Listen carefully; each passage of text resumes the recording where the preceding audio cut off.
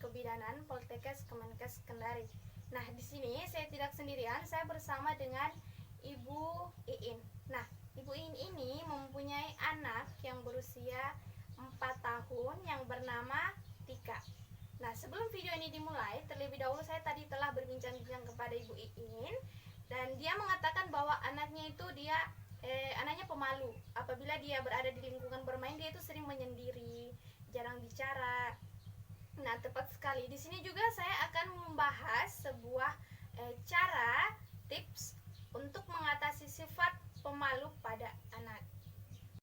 Nah, langsung saja inti dari topik ini.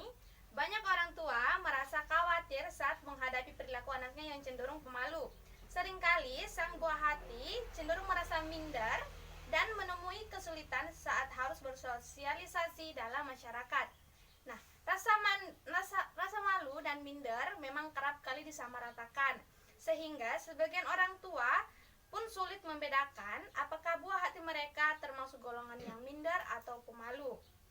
Sebelum saya mengupas lebih lanjut mengenai cara mendidik anak untuk mengatasi rasa malu yang berlebihan, alangkah baiknya saya jabarkan terlebih dahulu perbedaan antara pemalu dan minder. Karakter pemalu adalah bawaan lahir yang melekat pada seorang anak dan bisa jelas terlihat sejak seorang masih bayi atau balita. Nah, sedangkan minder atau rendah diri muncul karena bentuk sosial. Nah, sifat malu akan bertambah bila anak jarang diajak bersosialisasi oleh orang tuanya. Sebaliknya, karakter itu pun bisa dilunakkan oleh lingkungan dan bersosialisasi. Nah, Ibu, apakah dari tadi yang saya jelaskan ada yang mau ditanyakan? Apakah ada tips untuk anak kita itu supaya tidak pemalu lagi berada di lingkungan bermain atau di masyarakat? Ada. Namun untuk itu diperlukan upaya serius dari kedua orang tua dengan melalui berbagai cara sebagai berikut. Nah, tips yang pertama itu kita sebagai orang tua, kita mencari tahu dulu sumber penyebab rasa malu pada anak kita. Nah, contohnya itu kita perhatikan buah hati kita sering merasa malu dan menarik diri itu seperti di mana? Apakah seperti di sekolah, di sekitar rumah, atau hampir di setiap kesempatan di luar rumah. Nah, umumnya anak memerlukan bimbingan interaksi sosial, khususnya tentang percakapan umum maupun di lingkungan masyarakat dan bermain. Itu tips yang pertama. Nah, tips yang kedua itu kita sebagai orang tua memberikan contoh perilaku yang baik saat bersosialisasi. Kita berikan contoh seperti mulai ucapkan salam dan menjabat tangan pada saat bertemu dengan orang lain. Jangan lupa kita sebagai orang tua memperkenalkan mereka dengan buah hati kita. Dengan begitu, buah hati kita merasa diperhatikan. Nah, bila buah hati kita belum mengenal mereka, jangan pernah meremehkan orang lain di depan anak atau berlalu di hadapan seseorang tanpa mengucapkan permisi, karena itu akan membawa dampak positif pada si anak tersebut. Nah, itu tips yang kedua. Tips yang ketiga, kita sebagai orang tua mengajarkan teknik sosialisasi. Contohnya kita undang kerabat atau teman yang seusianya dengan buah hati kita, lalu kita tunjukkan cara memperlakukan teman atau tamu dengan baik. Nah, dengan begitu anak kita akan mengikut dengan apa yang kita lakukan. Itu tips yang ketiga. Dan tips yang keempat, kita ajarkan untuk berani mengambil resiko. Nah, buah hati yang pemalu umumnya itu mudah merasa cemas, takut salah, takut ditertawakan, takut menyinggung orang lain dan lain-lain. Nah, di sini peran kita sebagai orang tua, kita ajarkan pada buah hati kita untuk tidak terlalu mencemaskan hal-hal tersebut selama tidak merugikan dirinya dan orang lain.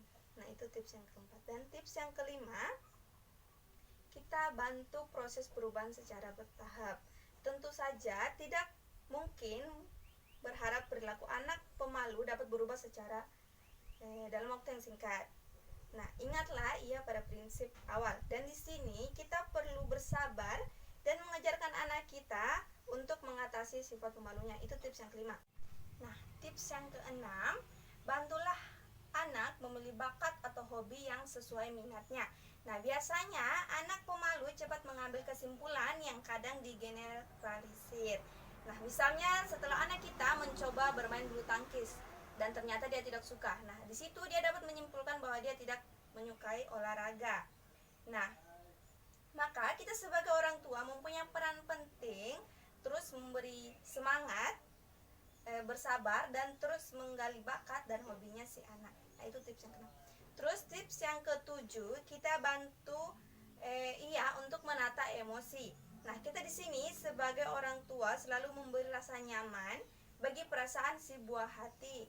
Sebab umumnya anak pemalu itu sangat sensitif dan mudah putus asa. Dan tips yang ke-8 adalah kita mengajarkan toleransi dan menghargai orang lain. Nah, kita beri pengertian bahwa setiap orang itu belum tentu melakukan hal-hal yang benar. Hal ini bisa dimulai pada orang tua itu sendiri. Nah, orang tua itu, kita sebagai orang tua, kita dengan mentolerir kesalahan buah hati dan tetap memberikan penghargaan terhadap dirinya agar ia tidak mudah putus asa dengan tindakannya.